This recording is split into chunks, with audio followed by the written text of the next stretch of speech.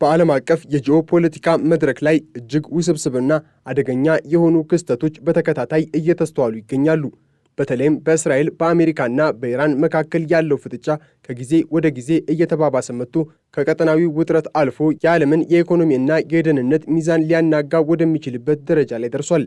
ይህ ዘርፈ ብዙና የተንዛዛ ግጭት በአንድ በኩል በውጭ ሀገራት በሚካሄዱ እጅግ ምስጢራዊ የሽፋን የስለላ ዘመቻዎች የሚገለጽ ሲሆን፣ በሌላ በኩል ደግሞ በግልጽ በሚሰነዘሩ ወታደራዊ ዛቻዎች፣ በባህር ላይ ንግድ እገዳዎችና በከፍተኛ የዲፕሎማሲ እሰጥ አገባዎች የታጀበ ነው።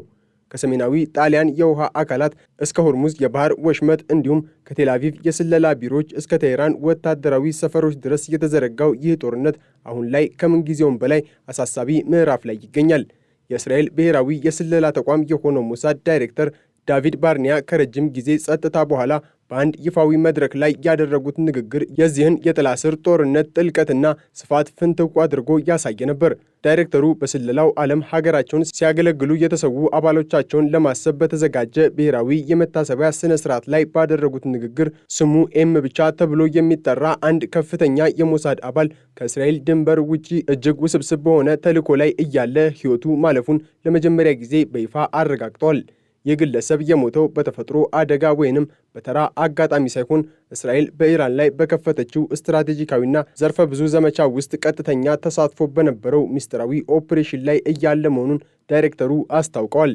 እንደ ዳቪድ ባርኒያ ማብራሪያ ይህ ኤም የተባለው የደህንነት ባለሙያ እስራኤል በኢራን ላይ ለምታካሄደው ሰፊ የመረጃና የቴክኖሎጂ ማክሸፍ ዘመቻ ማዕከላዊ ሚና የተጫወተ ቁልፍ ሰው ነበር። በተለይም የሚያገሳው አንበሳና የአንበሳው ሕዝብ በሚል በምስጢር ስም የሚታወቁትንና የኢራንን አቅም ለማዳከም የተነደፉትን ከፍተኛ ኦፕሬሽኖች በማቀናጀት ረገድ የዚህ ግለሰብ አስተዋጽኦ እጅግ የላቀ እንደነበረ ተገልጿል። እነዚህ ዘመቻዎች ከፍተኛ የሆነ የፈጠራ ችሎታን፣ ወደር የሌለው ተልዕኮንና እጅግ የረቀቀ የዘመኑን የቴክኖሎጂ አጠቃቀምን ያጣመሩ እንደነበሩ ዳይሬክተሩ በንግግራቸው አስምረውበታል። የሚያገሳው አንበሳ በሚል በሚታወቀው ዘመቻ ወቅት የዚህ ሰው ተግባርና ስብዕና በኩራት እንደሞላቸው የገለጹት የሞሳድ መሪ የሰላዩ ጥረት በእስራኤል ስትራቴጂካዊ ግቦች መሳካት ላይ የማይተካ ሚና እንደነበረው መስክረዋል።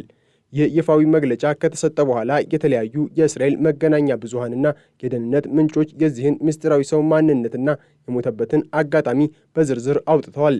ግለሰቡ የ50 ዓመቱ ኤሬዝ ሺሞኒ የተባለና ለ30 ዓመታት ያህል በሞሳድ ውስጥ በተለያዩ የኃላፊነት እርከኖች ላይ ሲያገለግል የቆየ አንጋፋ የስለላ ባለሙያ ነበር። ሺሞኒ ሕይወቱ ያለፈው በግንቦት ወር መገባደጃ ላይ በሰሜናዊ ጣሊያን በሚገኘው ማጆሬ በተባለ ሐይቅ ላይ በደረሰ የጀልባ መገልበጥ አደጋ ነው። ይህ ክስተት ተራ የቱሪስቶች አደጋ አልነበርም።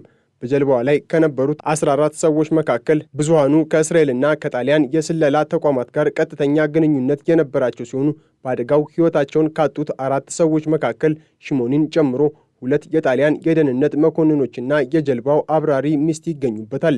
የእስራኤልና የጣሊያን መገናኛ ብዙሃን እንደዘገቡት በጣሊያኑ ሐይቅ ላይ የተካሄደው ይህ ስብሰባ የሁለቱ ሀገራት የስለላ አባላት የጋራ ምስጢራዊ ኦፕሬሽን ለማቀድ ያደረጉት ስብሰባ ነበር። የዚህ ኦፕሬሽን ዋና ዓላማም ኢራን በአውሮፓ ውስጥ የምታካሄደውን የቴክኖሎጂ ሽግግርና ከኒውክሌርና ከሚሳኤል ማበልጸጊያ ፕሮግራሟ ጋር የተያዙ እጅግ ስሱ የሆኑ ቴክኖሎጂዎችን ለማግኘት የምታደርገውን ጥረት ማክሸፍ እንደነበረ ሰፋ ያሉ ሪፖርቶች ያመለክታሉ። ይህ ክስተት የእስራኤልና የኢራን የጥላ ስር ጦርነት ከመካከለኛው ምስራቅ ድንበሮች ተሻግሮ በአውሮፓ ከተሞችና የውሃ አካላት ላይ ምን ያህል ስር እንደሰደደና የሌሎች ሀገራትን የደህንነት ተቋማት በስፋት ያሳተፈ መሆኑን በግልጽ ያሳየ ሆኗል። የኤሬዝ ሺሞኒ የቀብር ሥነ ሥርዓት በአሽኬሎን ከተማ ሲፈጸም ታይቶ በማይታወቅ ጥብቅ የጸጥታ ጥበቃ ስር ነበር። ከፍተኛ የሞሳድ ባለሥልጣናትና የደህንነት ዘርፉ መሪዎች ማንነታቸው እንዳይታወቅ ኮፍያቸውን ደፍተውና ፊታቸውን ሙሉ በሙሉ በጭንብል ሸፍነው መገኘታቸው እንዲሁም ተሰብሳቢዎች በሙሉ ተንቀሳቃሽ ስልኮቻቸውን እንዲያጠፉ ጥብቅ ትዕዛዝ መሰጠቱ የግለሰቡን ሥራና ማንነት ዙሪያ ያለውን ከፍተኛ ምስጢራዊነት የሚያንጸባርቅ ነው። የእስራኤል ጠቅላይ ሚኒስትር ጽሕፈት ቤት በወቅቱ ባወጣው አጭር መግለጫ ግለሰቡ በድርጅቱ ውስጥ በነበረው እጅግ ስሱ የሥራ ድርሻ ምክንያት ስላከናወናቸው ተግባራት በዝርዝር መግለጽ እንደማይቻል አስታውቆ ነበር። በሥነ ሥርዓቱ ላይ የቅርብ አዛዡ እንዳሉት ሺሞኒ በርካታ የዓለምን የደህንነት ሚዛን ሊያናውጡ የሚችሉ ምስጢሮችን ይዞ ነው ወደ መቃብር የወረደው። እጅግ የቅርብ የሥራ ባልደረቦቹ እንኳን የተልእኮውን ስፋትና ጥልቀት ሙሉ በሙሉ ይረዱት እንዳልነበረ ተገልጿል። የሞሳድ ዳይሬክተር ይህንን ሰው ሲገልጹት የጠራ ስብዕና ያለው የሰው ልጅ አፍቃሪ፣ ደግ፣ የተረጋጋና ጸጥተኛ፣ የሁሉንም ቋንቋ በልባቸው መንገድ መናገር የሚችል ድንቅ ሰው ነው በማለት አውድሰውታል። በሌላ በኩል ይህ የጥላ ስር ጦርነት በቴህራን በኩል ያለውን ገጽታ ስንመለከት ጉዳዩ ይበልጥ ደም አፋሳሽና ጨካኝ ወደሆነ ምዕራፍ ተሸጋግሮ እናገኘዋለን። ኢራን በእስራኤልና በአሜሪካ የሚሰነዘርባትን የስለላ ጥቃት ለመመከት የምትወስደው እርምጃ እጅግ ጥብቅና የማያዳግም ነው። በቅርቡ የወጡ መረጃዎች እንደሚያመላክቱት የኢራን የፍትህ አካላት መሐመድ ማሱማ ሻሂ እና ሐመድ ቫሊዲ የተባሉ ሁለት ግለሰቦችን ለሞሳድ ይሰልላሉ በሚል ወንጀል በስቅላት ቀጥታለች። እነዚህ ግለሰቦች በኢራን መንግስት እይታ ተራ ወንጀለኞች ሳይሆኑ የሀገሪቱን ብሔራዊ ደህንነት አደጋ ላይ የጣሉና ከጠላት ጋር በማበር የሽብር ጥቃቶችን ለማድረስ ሲያሴሩ የነበሩ የኢራን ጠላቶች ተብለው የተፈረጁ ናቸው። ኢራን እነዚህን ግለሰቦች ስትገድል በአንድ በኩል ለውስጥ ተቃዋሚዎቿና ለውጭ ጠላቶቿ ግልጽ የሆነ ማስጠንቀቂያ መልእክት ማስተላለፏ ነው። እነዚህ ሰዎች በኢራቅ ኩርዲስታን አካባቢ ስልጠና ወስደዋል ተብሎ መከሰሳቸው የጥላ ስር ጦርነቱ የቀጠናውን የድንበር ፖለቲካ እንዴት እንደሚመዘብረው ያሳያል። ኢራን በሀገሪቱ ውስጥ ለሚከሰቱ ማናቸውም የደህንነት ክፍተቶች፣ ፍንዳታዎች ወይም የሳይበር ጥቃቶች ጣቷን ወደ ሞሳድ መቀሰሯን ቀጥላለች። ይህ ደግሞ በሁለቱ ሀገራት መካከል ያለውን የቃላት ጦርነት ወደ ተግባር በመቀየር በየቀኑ አዳዲስ ሰላዮች የሚታደኑበትና የሚገደሉበትን አውድ ፈጥሯል። የኢራን ተቃዋሚ ቡድኖችና እንደ አምነስቲ ኢንተርናሽናል ያሉ የሰብአዊ መብት ተሟጋቾች ግን ይህንን የኢራን እርምጃ በከፍተኛ ሁኔታ ይኮንኑታል። እንደነሱ አባባል የኢራን መንግስት የስለላ ወንጀል የሚለውን ስም የሚጠቀመው በሀገሪቱ ውስጥ ያለውን ህዝባዊ ተቃውሞ ለማፈንና የፖለቲካ እስረኞችን ለመግደል ነው። በተለይም በፓሪስ መቀመጫውን ያደረገው የኢራን ብሔራዊ የመቋቋም ምክር ቤት መሪ ማርያም ራጃቪ እነዚህ ግድያዎች የኢራን መንግስት ያለበትን ከፍተኛ ስጋትና ድንጋጤ የሚያሳዩ ናቸው በማለት ይሞግታሉ። በእሳቸው እይታ መንግስት የህዝቡን የነጻነት ጥያቄ በስለላ ስም ለማፈን እየሞከረች ቢሆንም የህዝቡ ቁጣ ግን ከጊዜ ወደ ጊዜ እየገነፈለ መምጣቱን ይገልጻሉ።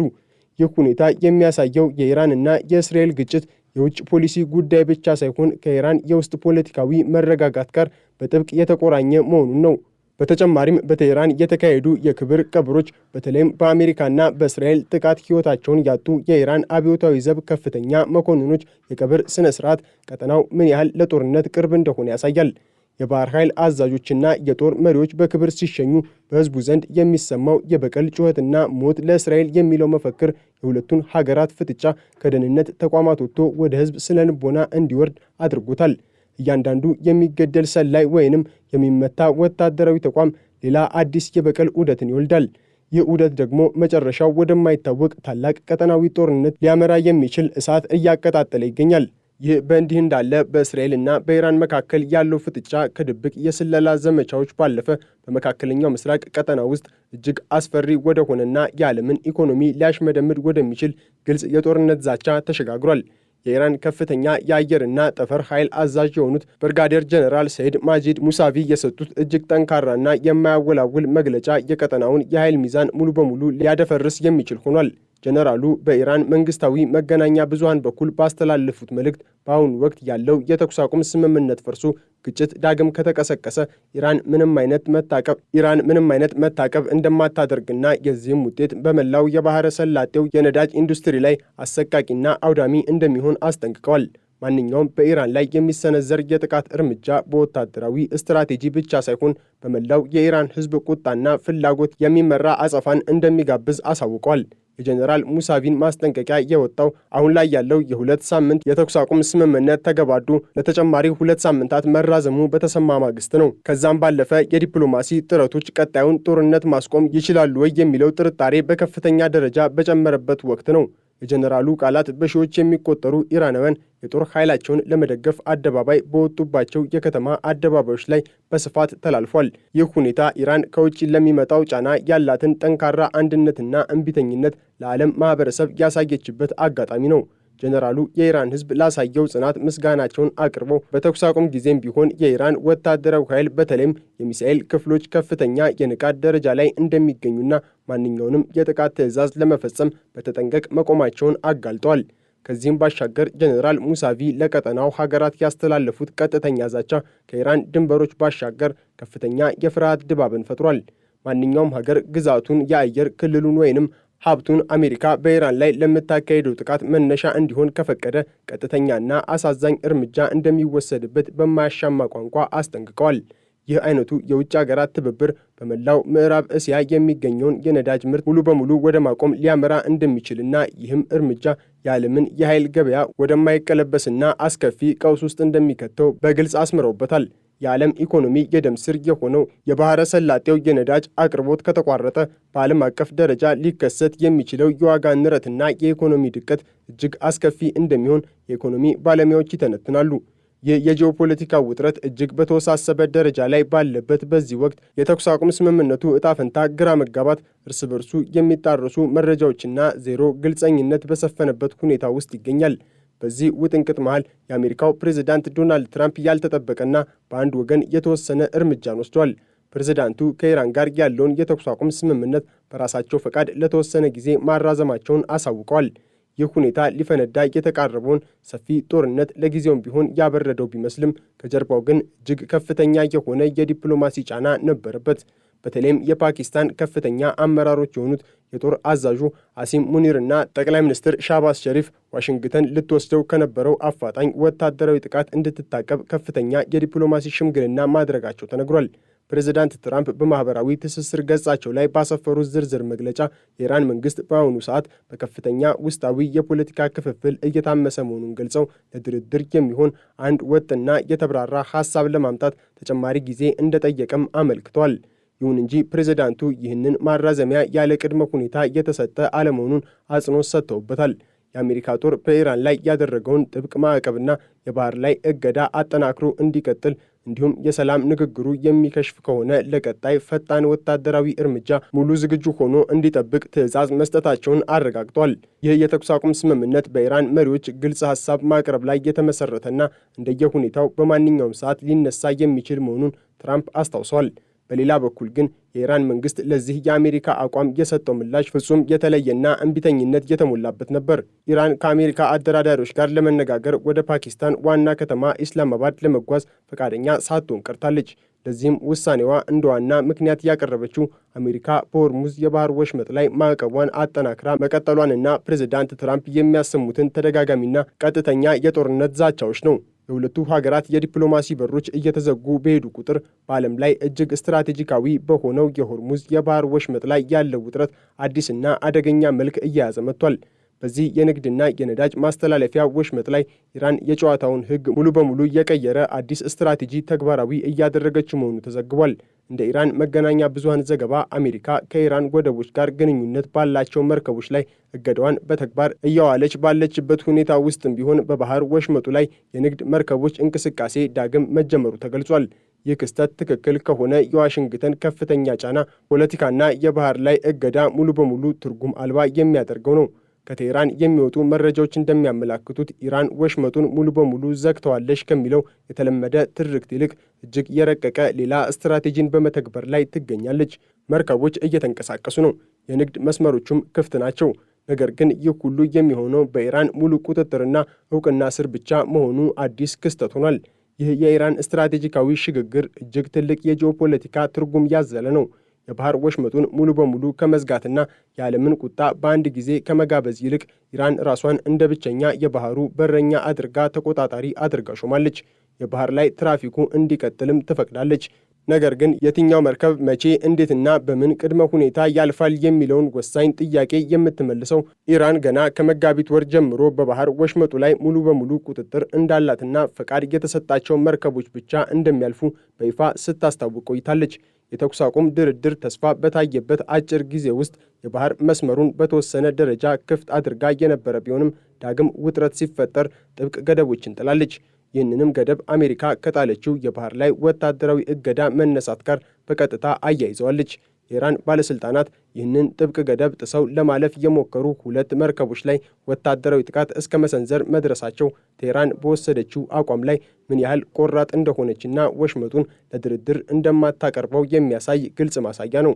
በአጠቃላይ ከጣሊያኑ ማጆሬ ሐይቅ አሳዛኝ የሞሳድ ሰላይ ሞት እስከ ሆርሙዝ የባህር ወሽመጥ የጦር መርከቦች ግስጋሴ፣ ከእስራኤል የስለላ ዳይሬክተር የሐዘንና የምስጢር መግለጫ እስከ የኢራን ጀኔራል የቁጣ ዛቻ እንዲሁም ከአሜሪካው ፕሬዝዳንት ያልተጠበቀ የተኩስ አቁም ማራዘሚያ እስከ ፓኪስታን አፋጣኝ የዲፕሎማሲ ሽምግልና ድረስ ያሉት ክስተቶች ዓለማችን እጅግ በተወሳሰበና አደገኛ በሆነ የጂኦፖለቲካ የሸረሪት ድር ውስጥ መተብተቧን ያረጋግጣሉ። በመጨረሻም ይህ በኢራን በእስራኤልና በአሜሪካ መካከል ያለው ፍጥጫ የዓለምን የደህንነት መዋቅር እየለወጠው ይገኛል። ዲፕሎማሲው በደህንነት ተቋማት ተተክቷል። ውይይቱ በስለላ ዘመቻዎች ተተክቷል። እያንዳንዱ ሀገር የራሱን ሕልውና ለማስጠበቅ በሚያደርገው ጥረት ውስጥ የሰው ልጅ ሕይወት እንደ ቼዝ ጠጠር እየተቆጠረ ይገኛል። የኤሬስ ሽሞኒ ምስጢራዊ ሕይወትና አሟሟት እንዲሁም በቴህራን ጎዳናዎች ላይ የሚሰቀሉ ሰላዮች የዚህ ዘመናዊና ጨካኝ ጦርነት ሰለባዎች ናቸው። ዓለም አሁን ያለችበት ሁኔታ በማንኛውም ደቂቃ ሊፈነዳ የሚችል የባሩድ በርሜል ላይ እንደ መቀመጥ ይቆጠራል። የዲፕሎማሲ ሰዓቶች በፍጥነት እየተቆጠሩ ባለበትና የሆርሙዝ ውሃዎች በውጥረት እየተንገዋለሉ ባሉበት በዚህ ወቅት የዓለም ሰላም ዕጣ ፈንታ እጅግ አሳሳቢ በሆነ የታሪክ መስቀለኛ መንገድ ላይ ቆሟል።